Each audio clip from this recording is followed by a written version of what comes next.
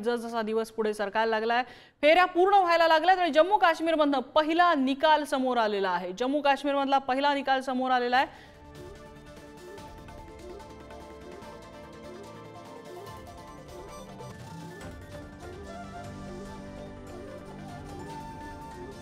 जम्मू काश्मीरच्या गुरेज मतदारसंघातून नाझीर खान विजयी झालेले आहेत।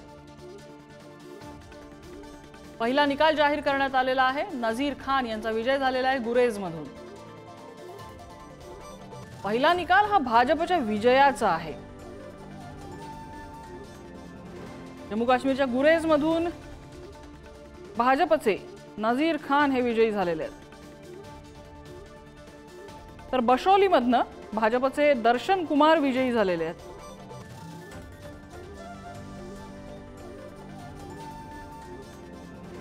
इकडे हरियाणामध्ये भाजप 49 जागी आघाडीवर आहे, काँग्रेस 35 जागी आघाडीवर आहे। जम्मू काश्मीरमध्ये काँग्रेस आणि नॅशनल कॉन्फरन्स यांची युती 51 जागी आघाडीवर आहे।